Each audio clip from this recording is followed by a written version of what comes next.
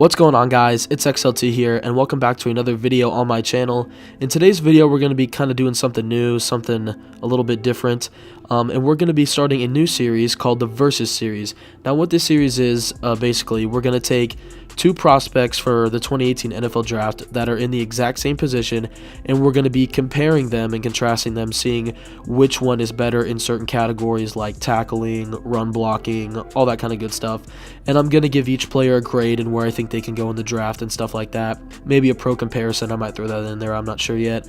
And in today's video, we're going to be comparing and contrasting Roquan Smith from the University of Georgia and Malik Jefferson from the University of Texas. So let's get right into it. Alright, so the first prospect we're going to be talking about in today's video is Roquan Smith from Georgia.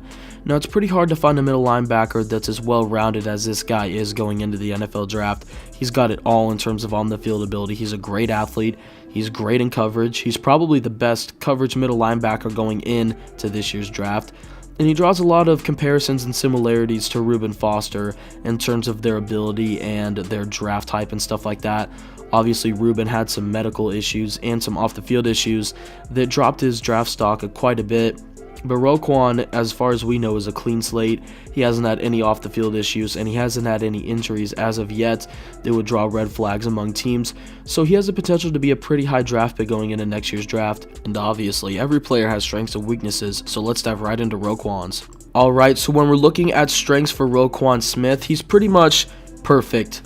He's got every attribute that you could want at an inside linebacker position going into the draft. He's got great athleticism. He's great in coverage for an inside linebacker. There's numerous plays where he's deflecting a ball, making a good tackle in coverage, or he's just so good in coverage that the quarterback doesn't want to throw it there, and so he has to make an error throw downfield, throw the ball away, take a sack, something like that. There's a play against Auburn that I saw where Jarrett Stidham rolled left, and there's a wide receiver wide open in the back of the end zone, and he just chucks the ball up, and you see Roquan run from the other side, or not the other side, but probably from the goalpost in, and just swat the ball away and make an insane play, and that just shows how good he is in coverage.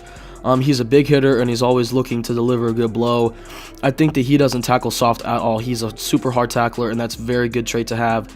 He has incredible football IQ and play rec. There's numerous plays that I saw where it was a reverse or an end around or a screen or a throwback or something like that, and Roquan was always on top of it. He may not have made the tackle, but he may have been on top of the play. He would have been there, caused some disturbance, something like that, and that's shows that he's super smart and he has a great idea of what's going on the football field. He has sideline to sideline ability / speed. He just runs sideline to sideline. If he is on the far hash and the play is at the other side of the field, he's running as hard as he can to get over there and try and make a play. And he is just super rangy, especially at the middle linebacker position. That's a great thing to have. He's a great open field tackler. I saw many times on tape. Not a lot of people get away from this kid. When he's wrapping you up, and you're probably not going to get away from him. You're probably not getting much farther than him if he's tackling you. Some of his weaknesses, I thought, that he gets caught up in blocks from time to time. He just gets stuck on a block and he just kind of lets it happen, or he just sheds off a little bit and makes a little contact with the runner, but that happens from time to time. It's not a super common thing. Another weakness I had, that he can be hesitant in the run game sometimes. Sometimes he just kind of stands there and he doesn't really move in a direction or forward or generate any force forward so that, he can make a good tackle or anything like that. That doesn't happen too often, but then again, it's just something that I saw kind of nitpicky, And one thing that I saw that he does a lot, actually, is that he lets linemen establish the contact. He kind of lets the linemen get their hands on him first, which is not a very good thing, especially when you're trying to shed them or get around them or avoid them in any way to try and make a tackle. And so that's my little bit of a summary on Roquan, and we'll jump right into Malik Jefferson right now. Alright, so the second prospect we're going to be looking at in today's video is Malik Jefferson from Texas. Now, the first thing that stood out at me when I looked at his profile and stuff like that was his size. He is 6'3", 240 pounds, and that is great pro size in terms of going into the NFL. There's not a lot of guys that are as big as him or bigger than him that are already in the NFL playing the inside linebacker position. His physicality and his size kind of remind me a little bit of Derek Johnson, who's another former Texas linebacker. They both play sort of similar. Derek Johnson's a lot better in coverage. But I think Malik's coverage ability has a little bit more to be desired, and it has room to improve, which is very good. Nobody can go into the NFL at 100% grade, perfect at everything. And I just think he compares well to Derek Johnson in terms of their run stopping and their physicality. So let's jump into his strengths and weaknesses right now.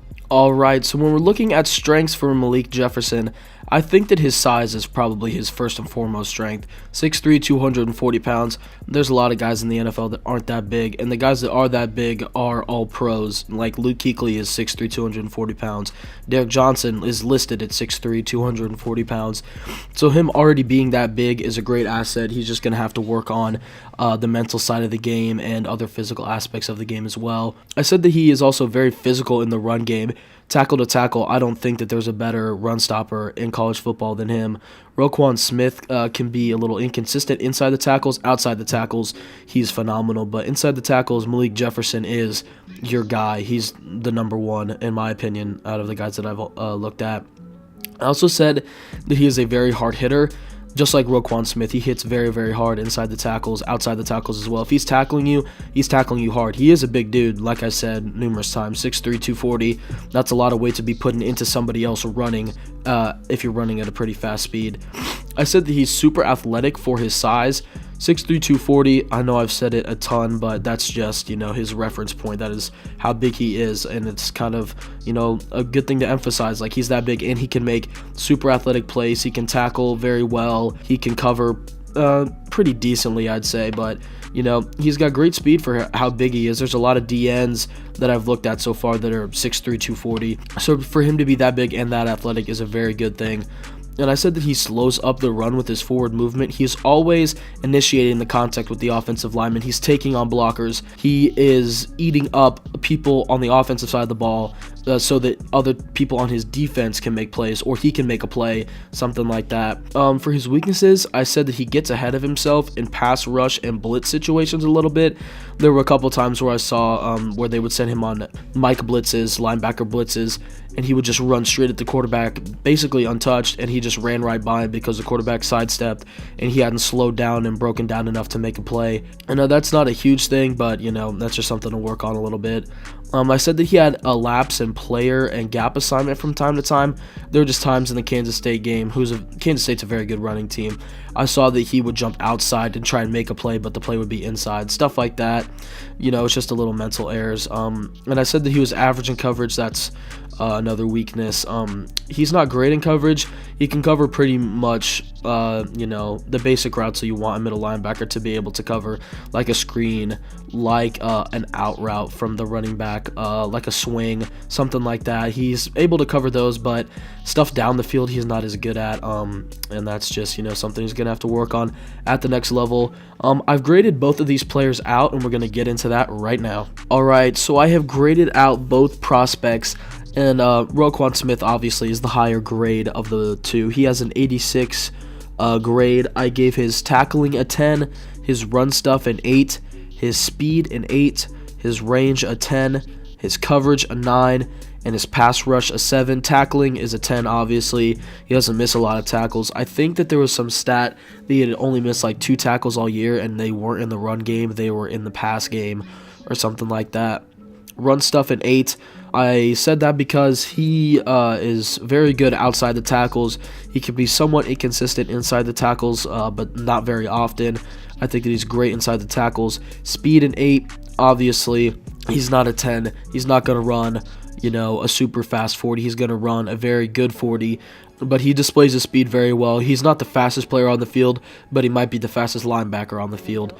Range of 10, I had to give him a max range. The kid runs sideline to sideline. He tries to make a play on any side of the field. If the play was in the stands, he'd go into the stands and try and make the play. Coverage of 9, I'll give him a coverage of 9. It's different than a cornerback's coverage would be or a safety's coverage would be.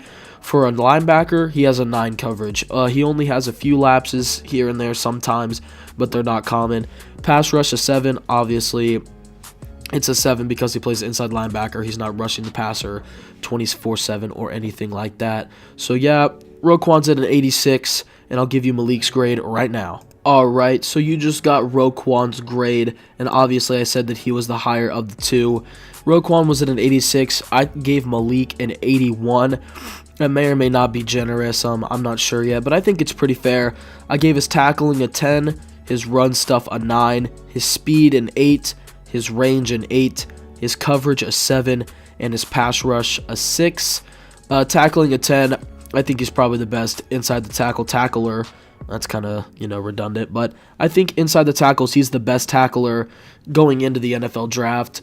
Roquan is a 10 as well, but I just think they're very similar in the way that they tackle and how they tackle and the effectiveness of which they do so. Run stuff a 9. I gave it higher than Roquan's because I think Malik just has better size and better run stopping ability in terms of taking on linemen and other blockers and stuff like that. Speed an 8. It's pretty similar to Roquan's. He may run a 1/10 of a second slower than him when it comes to the 40 time in the combine, but I don't think that there's much discrepancy there. Pretty similar in speed. Range an 8. I didn't give his range a max like I did Roquan's. I just don't think that he runs sideline to sideline or that he is that rangy of a player. His size kind of slows down his ability to be that rangy, but it's not a huge difference. Coverage is 7. His coverage definitely is not as good, but he covers good for what you need a middle linebacker to cover at the bare minimum. Pass rush is 6. Obviously, they're both inside linebackers, so they don't rush the passer at all, but I think Malik's pass rush ability is a little bit lower than Roquan's. Alright, so you've heard my evaluation for both Roquan and Malik. You've heard the grades I've given them and which categories and stuff like that. And now I'm going to tell you where I think they have the possibility to go in the NFL draft. I think Roquan Smith could go either 9 or 10. That's just because the Raiders and the 49ers have the exact same record. So it comes down to a coin flip. He will go to the Raiders, I think. They have an immediate need at inside linebacker. They do have Navarro Bowman, who they picked up after the 49ers cut him, or after he asked to be released from the 49ers.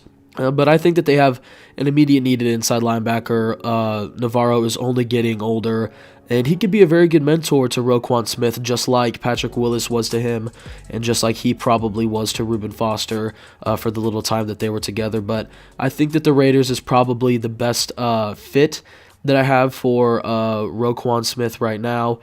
I have Malik Jefferson going about 10 spots later to the Detroit Lions. I'm not sure if that will be his exact landing spot. The Lions have other needs. They do need offensive guards. They do need a running back. I think Darius Geis from LSU can end up landing there too. But if Malik does not land at 10, I think that he has the possibility of going to the Saints at 27. I think that that's a good fit for him as well. The Saints need linebacker help. They do have Alex Anzalone and stuff like that. But I think Malik will be a good run-stopping middle linebacker, especially going up in that division against Cam Newton, Doug Martin, Devontae Freeman, Tevin Coleman, Jonathan Stewart. I think that he matches up well with what the Saints need and what the Lions need as well. That's a very good running division too, with the Bears and the Vikings in his division as well. But yeah, that's pretty much the video, guys. Leave a like if you enjoyed. Comment down below which players you would like to see me do next. And yeah, this is XLT signing out.